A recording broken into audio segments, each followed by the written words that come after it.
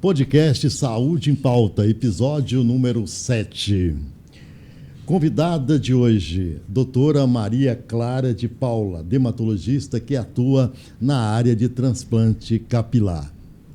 Isso. Fabiano, obrigada pelo convite. É um prazer estar aqui nesse bate-papo com você. Doutora Maria Clara, conta um pouco para a gente sobre sua formação e sobre a sua atuação dentro da dermatologia, especialmente na área de transplante capilar. Bom, Fabiano, eu formei na Faculdade de Medicina de Barbacena em 2002. Então, agora, em novembro, eu já estou fazendo 23 anos de formada. Bom. Após a minha formação acadêmica, eu fiz especialização em dermatologia no Hospital Eduardo de Menezes, em Belo Horizonte, que é da rede FEMIG. E a partir, da minha formação em dermatologia, eu voltei para Montes Claros, onde atuo desde 2006, mais ou menos.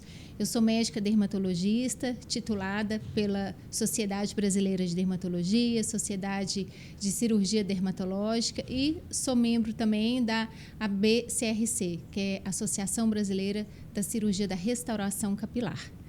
Em mais ou menos 2017, eu comecei a realizar alguns cursos na área de transplante capilar. E desde então, a partir de 2018, eu atuo como médica dermatologista, mas com um foco maior hoje na área de transplante capilar. Tudo bem. Doutora, o que é de fato transplante capilar? Bom, o transplante capilar, Fabiano, nada mais é que você transplantar folículos de uma área doadora para aquela área que ou tem pouco cabelo ou não tem nenhum cabelo. E esse transplante, em sua maioria, vem do couro cabeludo. A gente pega essa área lateral e posterior e transplanta esses fios que estão, entre aspas, sobrando para aquela região calva. Certo. Mas essa técnica nova de transplante capilar, chamada FUE, permite também que a gente tire fios do corpo. Então, muitas vezes, quando o paciente tem uma área doadora restrita, a gente pode tirar folículos, por exemplo, da barba, do peito, para conseguir um número maior de unidades foliculares e entregar uma cirurgia mais densa, mais completa para o paciente. Quais técnicas existem hoje? Quais as mais usadas, doutora? Bom, Fabiano, praticamente hoje a gente só realiza a FUE. Como eu te falei, eu comecei a minha formação na área de transplante capilar em 2017, então está aí caminhando para 8 anos. E lá naquela época, a gente ainda fazia muito aquela técnica FUT, que é aquela técnica que consiste em a gente tirar uma faixa de pele de orelha a orelha e a gente usava aqueles fios que vinham naquela faixa de pele para fazer o transplante. Então, eram transplantes com um número menor de folículos. Eu cheguei a fazer algumas cirurgias com essa técnica que é menos usada hoje em dia. Porque a partir de então, assim, cada vez mais a técnica FUE se mostrou mais interessante por vários motivos. Então, são pouquíssimos os cirurgiões hoje que ainda fazem essa cirurgia FUT, que a gente chama, onde a gente tira essa faixa de pele.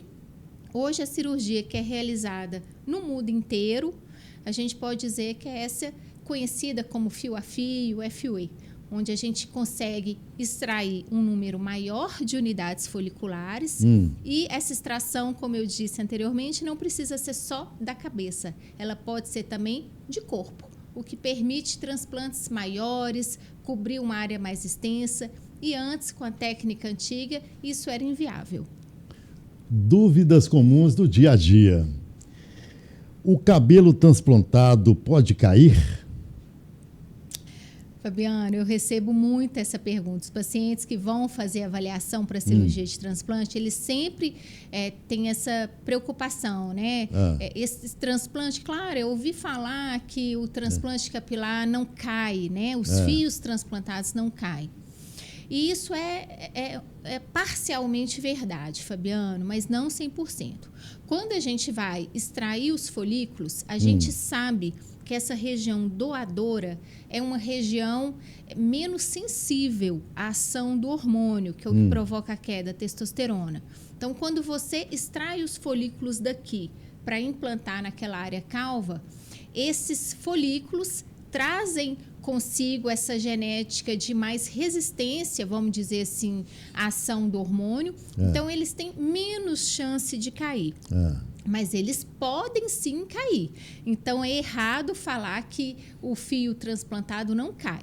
Ele tem uma resistência maior, ele é menos sensível à ação do hormônio, mas eles também podem, com o tempo, sofrer com essa genética, né, de calvície que o paciente tem. Então, todo paciente que faz a cirurgia de transplante tem que ter atenção especial com o tratamento pós-cirurgia. Depois de transplantado, o fio cresce normalmente. Pode ser pintado, doutora? Pode, Fabiana. Na verdade, esse fio que você transplanta, ele é um fio normal. Após ali um ano, que esse fio ele demora um ano ali para crescer, se desenvolver, o resultado final de uma cirurgia de transplante é após um ano de cirurgia. Então, após um ano de cirurgia, ele é um fio absolutamente igual a todos os fios ali do seu couro cabeludo. Ele vai crescer, se ele for preto, ele pode um dia ficar branco, ele pode ser pintado, ele eventualmente você pode fazer, né, alguma outra química. Algumas pessoas, né, lançam mão aí de terapias para deixar o cabelo menos anelado, mais liso. Então, não tem nenhuma restrição. Doutora Maria Clara, qual é a idade mínima recomendada para um tratamento, ou seja, um transplante capilar? Fabiano, não existe assim uma idade mínima. A gente recomenda assim que o paciente, a partir do momento que ele está percebendo que o cabelo está diminuindo, está afinando, está perdendo volume, quanto antes ele começar a tratar, melhor, porque ele freia esse processo de afinamento e redução de fios. Certo. Mas ainda assim, a gente recebe, vira e mexe na clínica, pacientes às vezes bem jovens, de 23, 24, 25 anos, com já alguma entrada e com desejo de fazer o transplante. E não é errado você fazer o transplante nesse paciente. Certo. Mas você precisa orientar muito bem esse paciente. Então, primeira coisa, se eu vou fazer um transplante, se eu fizer um transplante, melhor dizendo, num paciente muito jovem, 24, 25 anos, significa que esse paciente tem uma tendência importante à calvície. Porque se ele tão jovem já está precisando fazer um transplante, então ele tem uma genética forte para calvície. Então, antes de tudo, esse paciente tem que ser muito bem orientado com relação à importância do tratamento. Certo. Porque se ele fizer o transplante e não mantiver o tratamento depois, logo ele vai precisar de um outro transplante. Então, primeira coisa, esse paciente tem que estar muito bem orientado com relação à importância do tratamento. E a gente deve ter um cuidado para fazer um transplante um pouco mais conservador. Em qual sentido que eu digo isso? O que você chama conservador? Então, imagina que o paciente tenha já alguma entrada e queira fechar bem aquela entrada. A gente evita fazer isso, sabe, Fabiano?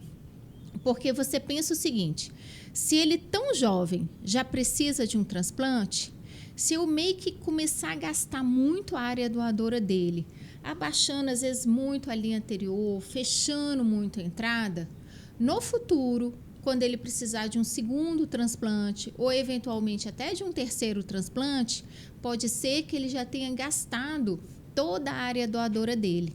Então, muitas vezes, quando a gente faz um transplante num homem mais jovem, a gente conversa, alinha aí as expectativas no sentido de que, olha, a gente vai diminuir um pouco sua entrada, mas a gente não deve diminuir tanto, primeiro para não gastar muito dos seus folículos. Você precisa ter essa reserva aí para um futuro. E, além disso, imagina no futuro um paciente com aqui muito fechado, porque ele fez o transplante. A gente sabe que o fio do transplante ele é mais resistente, ele pode não ter caído, Certo. mas ele está com a coroa, às vezes, toda vazia. Fica uma coisa desproporcional. Então, a gente tem que alinhar as expectativas para não abaixar muito essa linha anterior, com o intuito de deixar um resultado mais natural, preservar ali os folículos para um futuro transplante.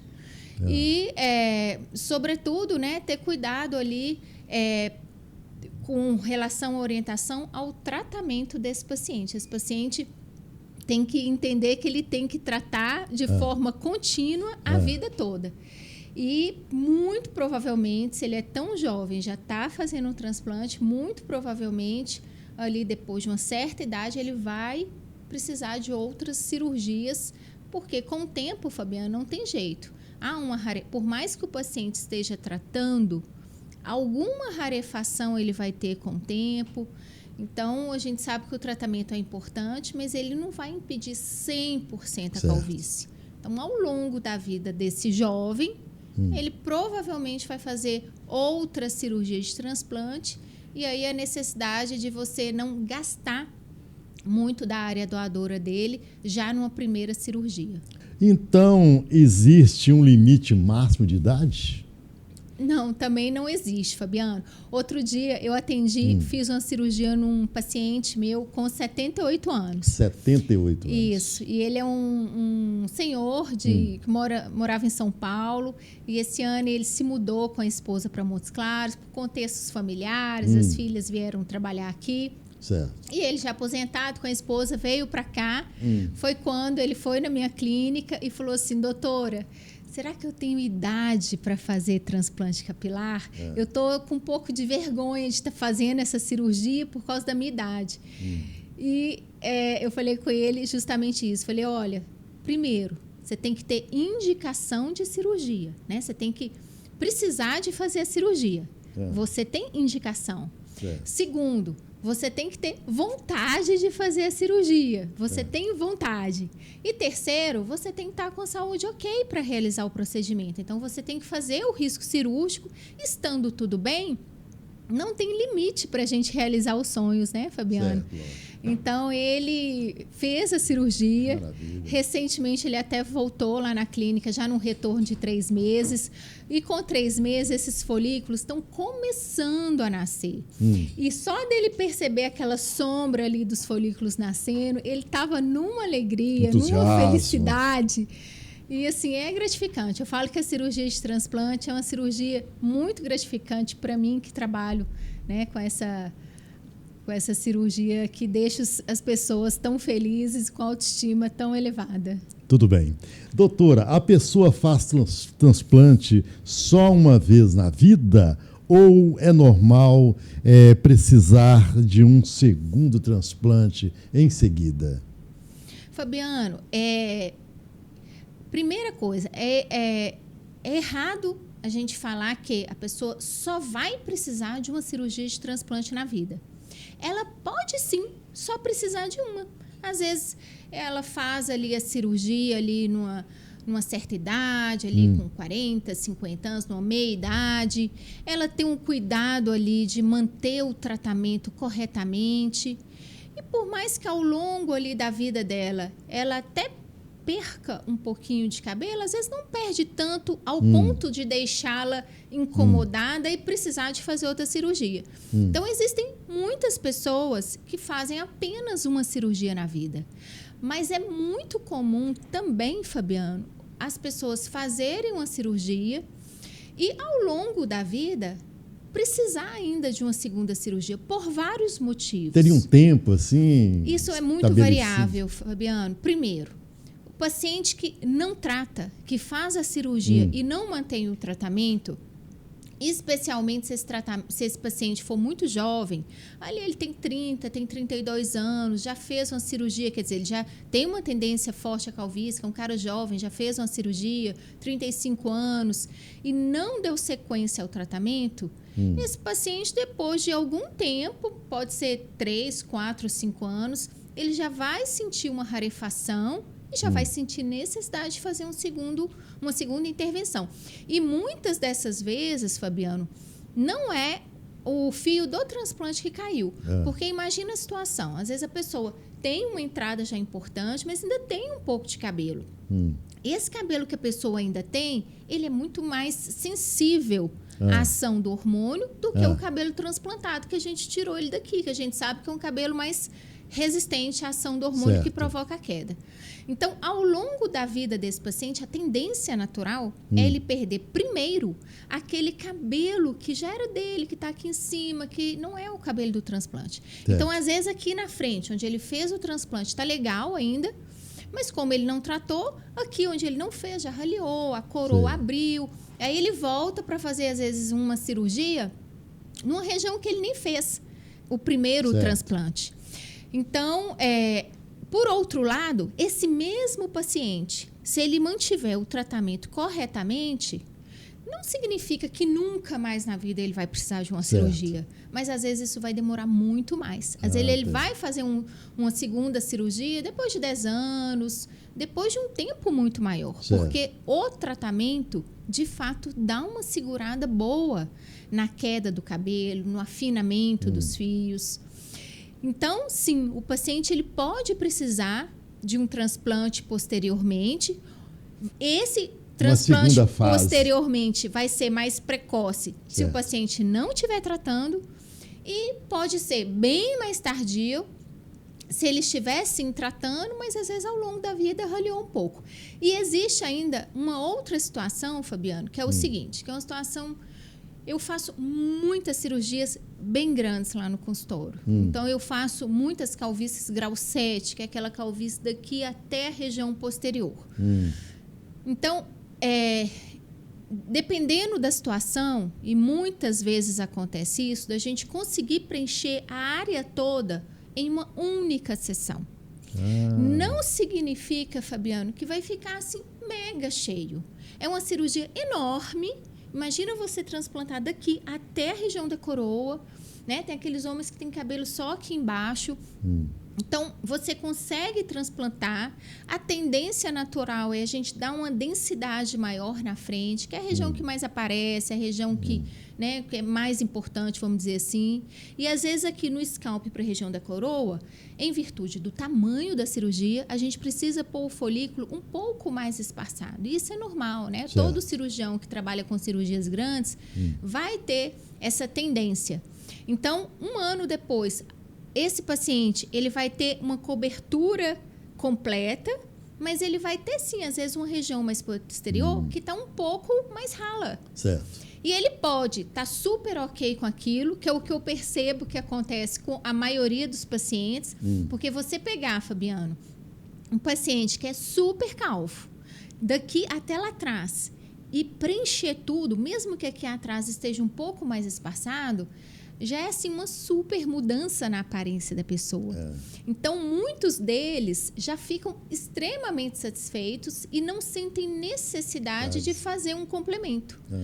Por outro lado, alguns pacientes viram para mim e falaram assim: Clara, tô super feliz. Será que eu tenho área doadora, que eu consigo adensar um pouco mais? E às vezes a gente faz assim, uma segunda intervenção para adensar ali um pouco mais, uma região que ficou com os folículos um pouco mais esparçados em virtude do tamanho da cirurgia.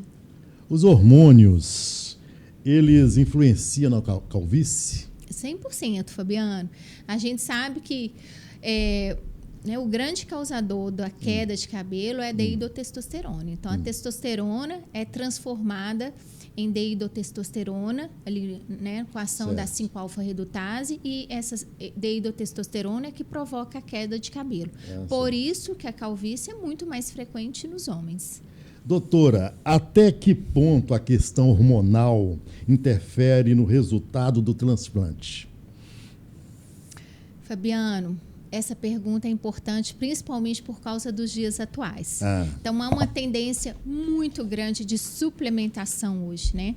Então, existem aqueles homens que, às vezes, por um motivo de saúde mesmo, precisa fazer uma suplementação de testosterona, tá ali com a testosterona na casa ali de 200 e poucos, está com queixa de indisposição, baixa de energia, ganhando peso. E aí esse paciente realmente, muitas vezes, ele vai precisar suplementar. Mas existe um grande número de homens que fazem essa suplementação de testosterona muito mais hoje em dia por uma questão estética, né? Porque ganha mais massa magra e eles vão para a academia e querem, né, ficar com um físico mais bonito, ganham mais disposição, mais energia. Realmente, a testosterona traz alguns benefícios, inclusive estéticos, que são interessantes. Porém, para o cabelo, ela não é tão legal, né? A testosterona, quanto mais alta ela tiver, maior a queda de cabelo. Então, eu tenho alguns pacientes que me procuram querendo fazer o transplante e que suplementam, fazem uso de testosterona. Então, nesse caso, o paciente precisa escolher, né? Não dá para você operar um paciente em uso de testosterona, porque tem uma chance enorme de uma baixa pega desses folículos e um resultado ruim. De queda, no caso, né? Exatamente. Às vezes o folículo começa a se desenvolver, mas logo na sequência ele cai. Ou às vezes ele até nasce, mas não tem, assim, tem um resultado bom, mas não tão bom como deveria ser.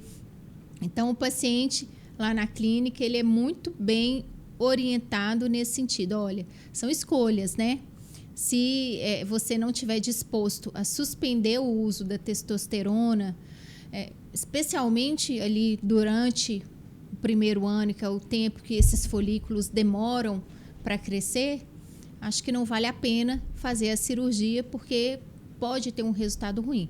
E após o primeiro ano, que é quando você tem o resultado final da cirurgia, também o paciente tem que ponderar, né, Fabiano? Até onde vale a pena suplementar, porque a gente sabe, quanto mais alto o nível de testosterona, maior a chance. Às vezes o resultado do transplante foi legal, mas no futuro ele pode perder mais rapidamente não só o fio do transplante, mas os outros fios que ele tem por causa dessa testosterona alta.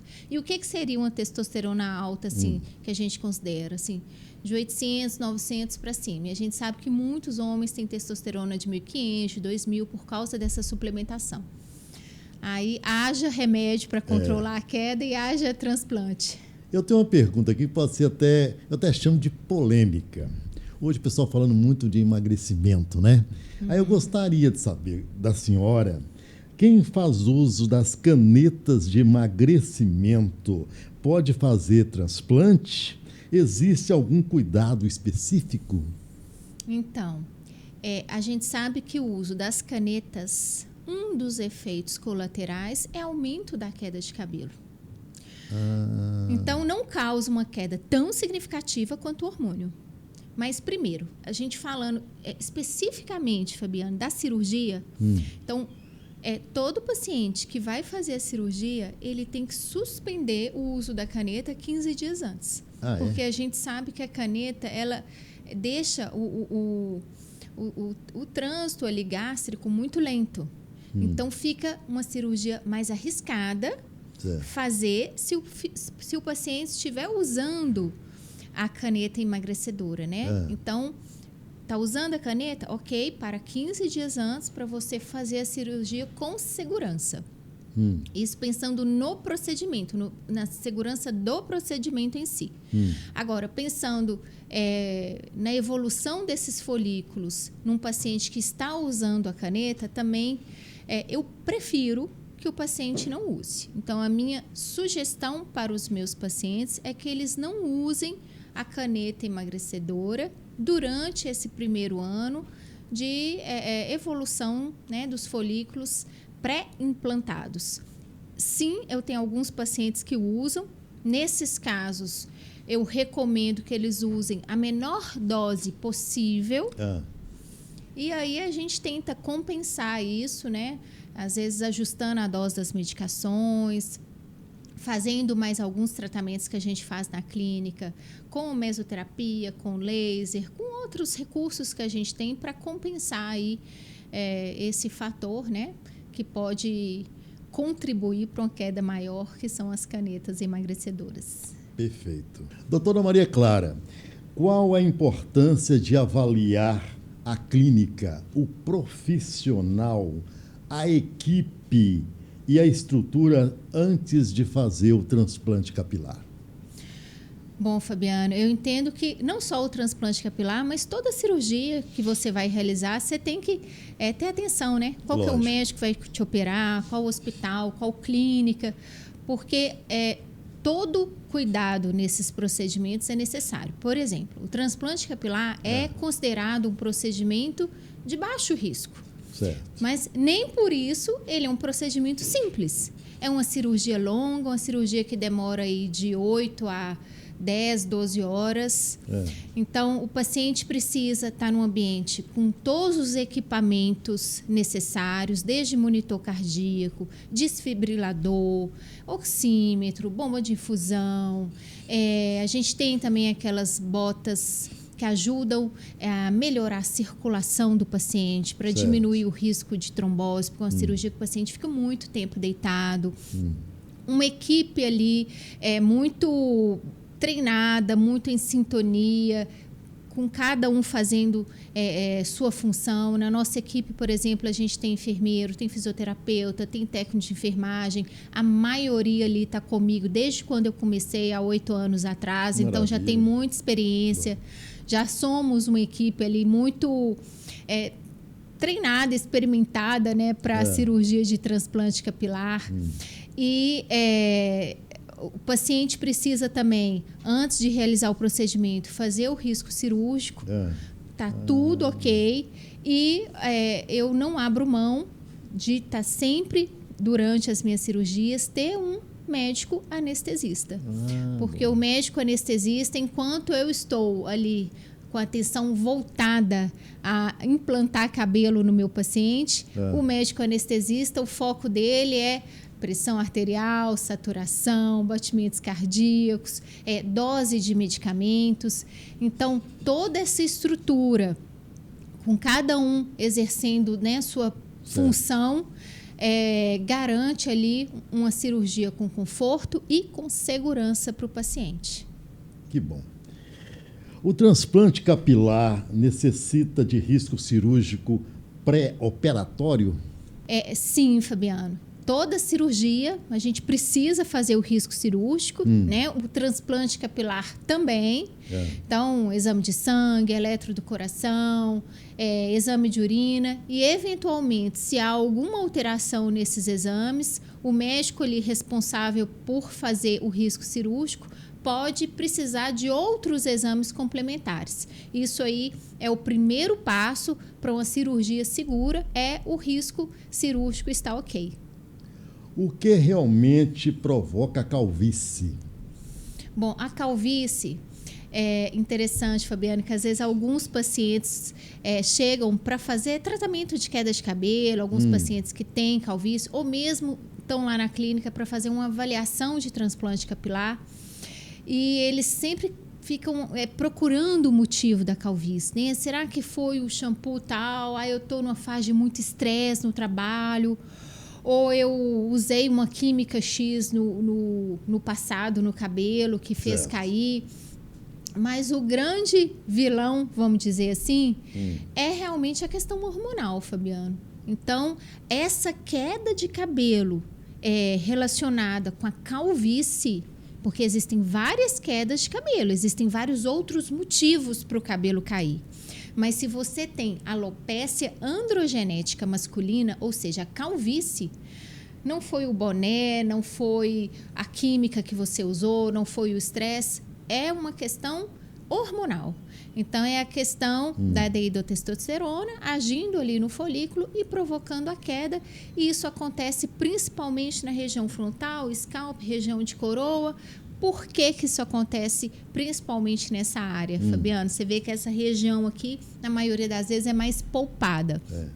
Então, acredita-se que tem a ver com a origem embrionária da gente. Então, quando a gente está lá no útero materno, sofrendo ali as divisões para formar o bebezinho, o folheto embrionário que forma a lateral do cabelo é diferente do folheto embrionário que forma o topo do couro cabeludo. Então, acredita-se que seja por isso que esses folículos daqui de cima têm uma genética diferente desses folículos da lateral e da região posterior.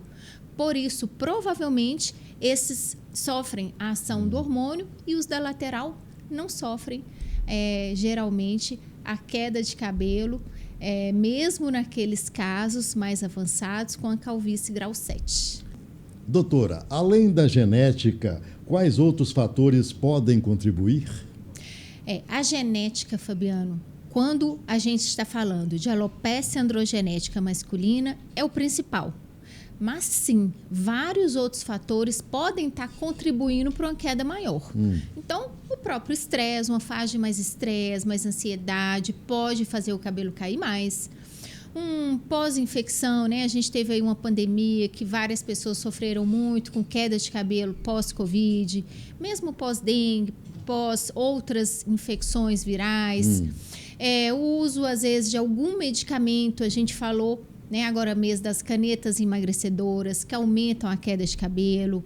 O uso, né, externo, a pessoa que está injetando hormônio, pode ser um fator a mais para o cabelo sofrer uma queda abrupta. O uso de química no couro cabeludo, às vezes usou uma progressiva que danificou, caiu muito o cabelo. A gente tem aí fatores também nutricionais, né? Uma alimentação inadequada, insuficiente, enfim. Existem outros fatores que podem estar contribuindo para uma queda de cabelo maior e não só o fator genético. Prótese capilar versus transplante capilar. Quando a prótese capilar faz sentido, doutora? Bom, Fabiano, eu acho que a prótese capilar ela faz muito sentido numa situação que, imagina você um paciente com uma calvície muito extensa, não tem área doadora suficiente para o transplante, não tem barba ali para a gente lançar a mão dos folículos da barba para complementar esse transplante, ou seja, é inviável a cirurgia de transplante para você, porque você não tem folículo suficiente para aquilo. E você é uma pessoa extremamente incomodada com a calvície, você sofre com aquilo. Eu acho que justifica a prótese, né? Não tem jeito de você fazer o transplante. E você é uma pessoa extremamente complexada com a calvície, ótimo. Eu acho que vale a pena a prótese. Mas muitos homens que usam a prótese capilar, e eu vejo isso lá na clínica, tem folículo suficiente para fazer uma cirurgia de transplante capilar e ter aí, né, um resultado mais natural, mais bonito e com outros benefícios também que o transplante traz em relação à prótese. Doutora, qual é a vantagem do transplante em relação à prótese? Bom, eu acho que a principal vantagem do transplante em relação à prótese é a liberdade que o transplante traz. Porque o paciente que usa prótese, ele tem que manter aquela prótese ali onde, né, ela foi colocada, certo. E ele só pode, né, tirar aquela prótese quando ele vai fazer as manutenções ali quinzenalmente no salão ou a cada 20 dias. Certo. Então, ele vai ter mais dificuldade de entrar na piscina, ele não vai conseguir chegar em casa e tomar um banho dos pés à cabeça num calorzão desse aqui da nossa região, porque não pode ficar molhando a prótese.